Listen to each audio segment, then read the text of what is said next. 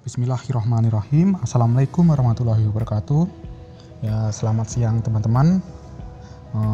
Di sini kami dari kelompok 3 yang beranggotakan saya sendiri Febri Indra Pratama dan teman saya Fatan Alim Santoso.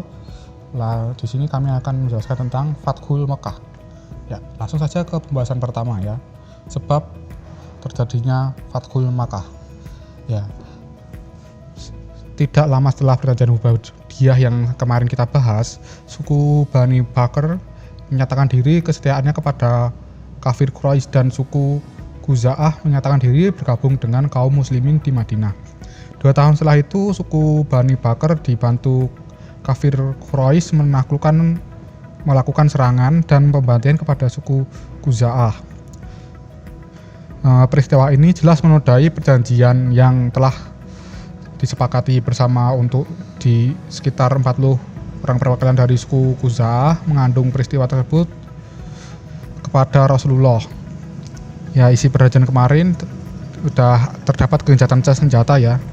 Kalau kita di pertemuan kemarin ya, sini Rasulullah suku Khuza'ah meminta bantuan Rasulullah dan meminta bantuan pasukan untuk menyerang Bani Bakr.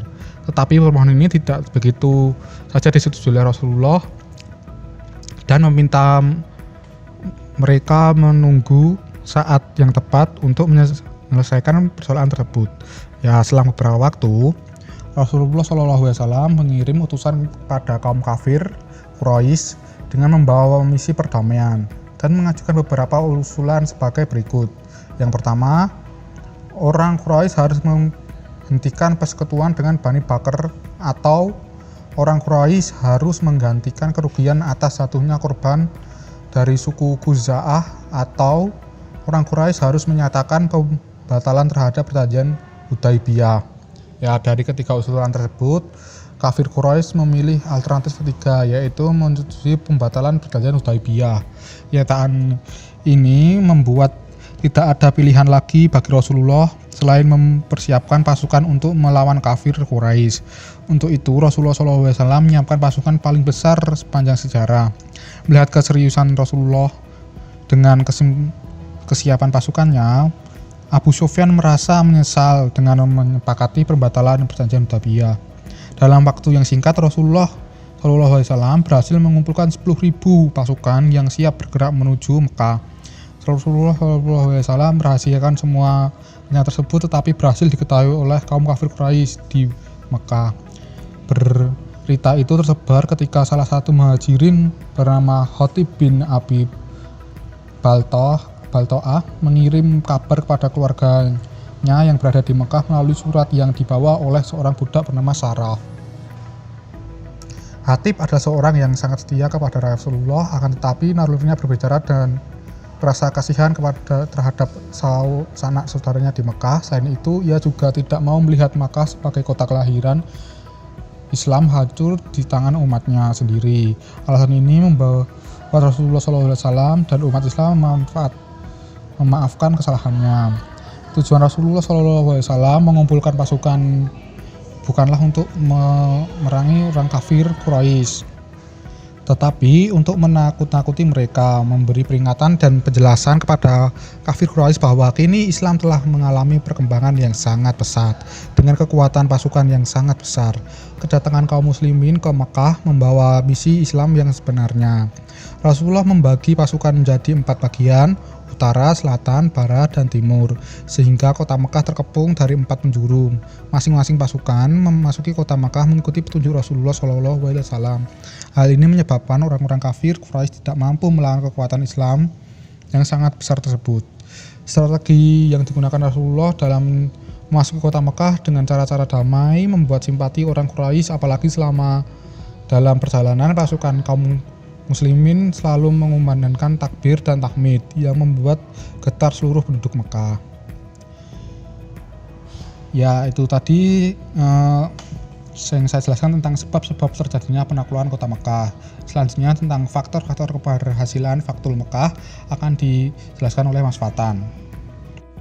Baik, terima kasih. Di sini saya akan melanjutkan penjelasan materi dari Mas Febri, yaitu materi mengenai faktor-faktor keberhasilan dari Fathul Mekah.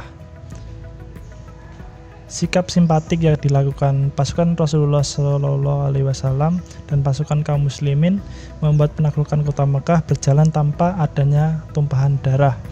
Dalam proses Fatu Mekah, Rasulullah SAW melakukan suatu tindakan yang amat bijaksana,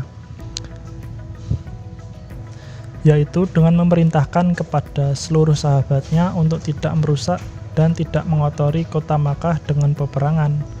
Kedatangan Rasulullah SAW dan kaum muslimin digunakan sebagai strategi perang, urat syaraf, dan hanya untuk memberikan peringatan kepada kaum kafir Quraisy bahwa umat Islam kini telah bangkit dan menjadi masyarakat yang maju dan siap menghancurkan tradisi jahiliyah mereka.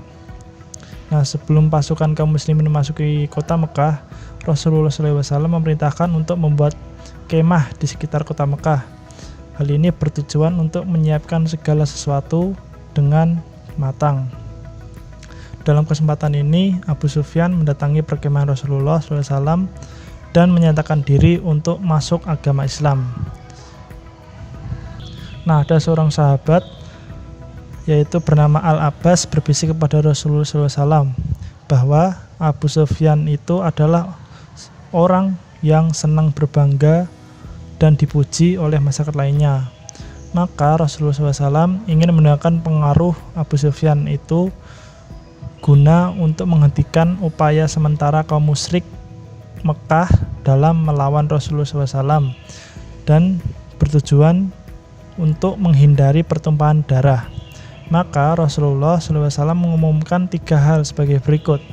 Yang pertama adalah siapa yang memasuki rumah Abu Sufyan, maka dia akan memperoleh keamanan. Yang kedua, siapa yang masuk ke lingkungan Ka'bah, maka dia akan memperoleh keamanan. Dan yang ketiga, siapa yang memasuki masjid, maka dia aman. Dan siapa yang tinggal di rumahnya, menutup pintunya, maka dia pun akan mendapatkan keamanan juga. Nah, melihat jumlah kaum muslimin yang begitu banyak, orang-orang kafir Quraisy tidak mampu berbuat apa-apa. Dengan memakai sorban berwarna hitam tanpa berpakaian ihram, Rasulullah SAW bertawaf dengan menaiki unta beliau. Ketika itu, beliau tidak memaksakan diri untuk mencium Hajar Aswad, karena yang bertawaf itu cukup banyak. Tetapi beliau sekedar menunjukkan dengan menggunakan tongkat beliau.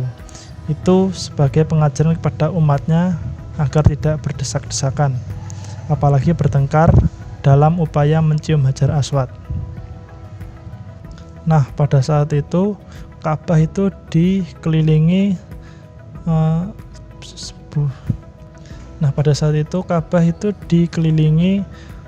patung dengan berjumlah 360 buah patung dan berhala. Nah, Rasulullah SAW menusuk patung-patung itu dan berhala dengan tongkat atau panah beliau hingga berjatuhan menjadi berkeping-keping. Nah, pada saat itu Rasulullah SAW membaca Quran surat Al-Isra ayat 17 yang artinya, dan katakanlah kebenaran telah datang dan yang batil telah lenyap. Sungguh yang batil itu pasti lenyap. Rasulullah enggan memasuki Ka'bah sebelum dibersihkan dari segala bentuk kemusyrikan dan kedurhakaan. Beliau menyuruh untuk menghancurkan patung atau gambar yang berada di dalam Ka'bah maupun di sekitar Ka'bah. Nah, jadi faktor-faktor keberhasilan dari Fatu Mekah yaitu Rasulullah datang ke Mekah dengan cara yang damai dan tidak adanya peperangan. Ya, itu tadi penjelasan dari Mas Watan tentang faktor-faktor keberhasilan penaklukan kota Mekah ya. Selanjutnya saya akan menjelaskan tentang Haji Wada. Haji Wada adalah haji yang dilakukan oleh Rasulullah pada tahun 10 Hijriah. Ia dinamai demikian karena ketika Rasulullah SAW berpamitan dengan umatnya dan menyatakan bahwa siapa tahu aku tidak dapat lagi bertemu kamu semua setelah tahun ini, Rasulullah SAW mendorong kaum muslim untuk ikut berhaji dengan beliau. Rasulullah SAW bermaksud menunjukkan kepada semua kaum muslim bagaimana berhaji yang sebenarnya sesuai yang diajarkan Allah Subhanahu wa taala kepada Nabi Ibrahim dan yang disyariatkan pula kepada Rasulullah SAW dan umat Islam yang mampu melaksanakannya. Ajakan Rasulullah SAW disambut antusias oleh seluruh kaum muslimin yang selama ini sudah mendam rindu kepada Ka'bah. Maka berdatanglah kaum muslim dari seluruh penjuru hingga berkumpullah 100.000 jamaah menuju Baitullah, memenuhi panggilan Allah. Ya, haji Rasulullah SAW selain dikenal dengan haji wada, namanya juga beberapa nama lainnya seperti Hajjat al-Islam. Ya, karena ini adalah haji Rasulullah SAW yang pertama dan terakhir sesuai dengan tuntutan Islam. Sebagaimana haji itu juga yang menjadikan rujukan kaum muslim dalam pelaksanaan ibadah haji yang sedikit atau banyak berbeda dengan haji kaum musyrik. Yang kedua yaitu Hajjat al-Baqah al-Balagh atau haji penyampaian, karena dalam khutbah Rasulullah SAW ketika itu salah satu yang beliau tanyakan kepada jamaah adalah apakah aku telah menyampaikan, yakni ajaran agama Islam. Dan beliau inginkan agar menjadi saksi dari kemudian bahwa memang beliau telah menyampaikan ajaran secara khusus. Pada haji ini Rasulullah SAW menyampaikan kepada umat Islam rincian ibadah haji secara lisan dan praktek. Ya, itu tadi penjelasan tentang haji wada. Selanjutnya kita akan penjelasan untuk hikmah dan dari penaklukan kota Mekah akan disampaikan oleh Mas Safatan. Baik, selanjutnya adalah hikmah dari penaklukan kota Mekah. Yang pertama adalah untuk mencapai tujuan mulia, kita harus bersikap lemah lembut dan tidak frontal. Dan yang kedua adalah Fatu Mekah meninggalkan kesan positif penduduk Mekah terhadap pribadi Rasulullah SAW khususnya dan kaum muslimin pada umumnya. Yang ketiga adalah peristiwa Haji Wada merupakan peristiwa penting dalam sejarah dakwah Rasulullah SAW yang mengajarkan tentang persaudaraan dan kesempurnaan Islam sebagai agama rahmatan lil alamin.